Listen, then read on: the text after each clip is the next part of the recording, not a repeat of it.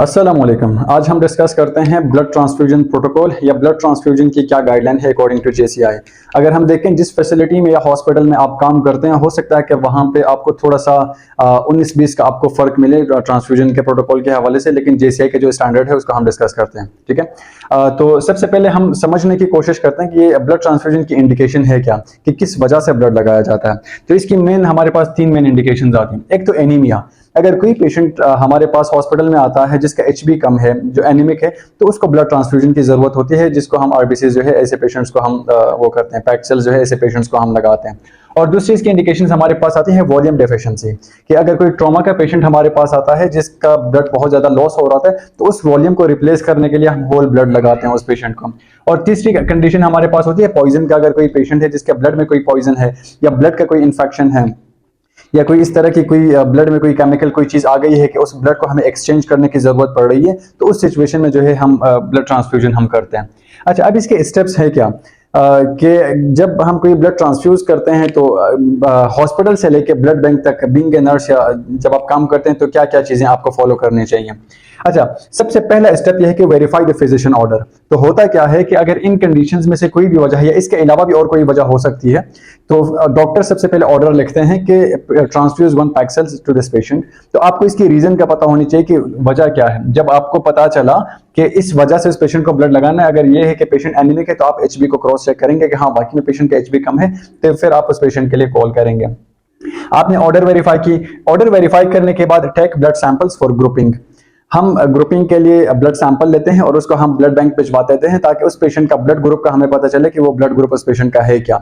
And meanwhile जब आप sample भिजवाते हैं तो किसी अटेंडेंट को भी आपने ब्लड बैंक लाजमी भिजवाना है, क्योंकि कुछ कुछ जगहों पे या तो ये होता है कि वो अटेंडेंट से वो चार्जेस लेते हैं उसके बदले, या कुछ कुछ जगहों पे ये होता है कि वो अटेंडेंट वहां पे जाके ब्लड डोनेट करते हैं, जिसके रिप्लेसमेंट पे जो है आपको वो ब्लड दिया जाता है।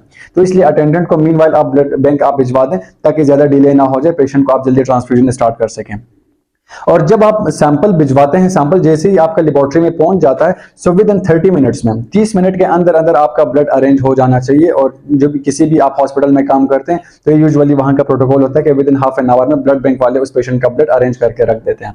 कुछ कुछ सिनारियोज में हमारे पास होता है कि अगर किसी का जैसे ओ नेगेटिव है, जो कि बहुत ज्यादा प्रीशियस होता है, वो अगर अवेलेबल नहीं तो उसको अरेंज करने में टाइम लग सकता है, लेकिन जनरल ये है कि विद इन 30 मिनट्स में अरेंज होना चाहिए। अगर अरेंज नहीं होता तो उसकी रीजन आपको बताया जाता है। स्टेप 5 क्या है?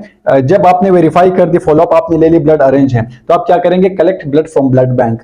अब इसके लिए गाइडलाइन है कि जो रजिस्टर्ड नर्स है वही जाके इस ब्लड को लेके आ सकता है, या किसी हॉस्पिटल्स में अगर इसकी गाइडलाइन डिफरेंट है, कुछ कुछ जगहों पे जो नर्सिंग असिस्टेंट है या पेशेंट केयर असिस्टेंट है, तो ये लोग भी जाके ब्लड ला सकते हैं। तो जो भी कंसर्न बंदा है आपकी हॉस्पिटल में उसको असाइन किया गया है, तो ब्लड जाके वहां से लेकर आ सकता है। अब 6 नंबर पे क्या है? ब्लड को चेक करना है। सम टाइम ये होता है कि ब्लड को चेक कर रहा है, हमें समझ में नहीं आ रही होती कि इस ब्लड में क्या क्या चीज चेक करने की जरूरत है। तो ये 5 चीजें जो मैंने यहाँ पे लिखी हैं, ये 5 चीजें आपने लाजमी चेक करनी है when you are collecting the blood from blood bank. सबसे पहला, पेशेंट का नाम और MR number, patient identification, IPSG का फर्स्ट गोल। आपने पेशेंट का नाम और एमआर नंबर आपने आइडेंटिफाई कर लिया। दूसरे नंबर पे आप चेक करेंगे कि ब्लड ग्रुपिंग, उस पेशेंट का ब्लड ग्रुप क्या है।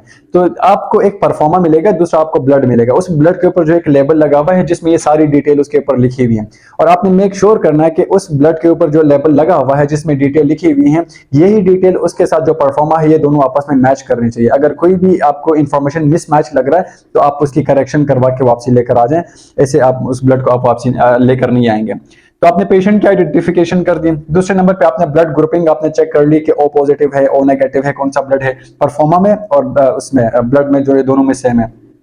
तीसरे नंबर पे डोनर नंबर है। डोनर नंबर आप चेक करें कि उसमें भी वही डोनर नंबर है और जो परफॉर्मा है उसमें भी दोनों में सेम है। चौथे नंबर पे ब्लड एक्सपायरी, कि वो ब्लड एक्सपायर तो नहीं है। अगर आपको ये लगे कि आज उस ब्लड का आखिरी दिन है, आज के दिन वो अगर एक्सपायर हो रहा है, तो उस ब्लड को भी आपने यूज नहीं करना है। कोशिश करें कि अगर कोई लॉन्ग एक्सपायरी का ब्लड है तो उसको लें। सम टाइम उसकी वजह से भी जो है वो ब्लड पेशेंट को रिएक्शन हो सकता है।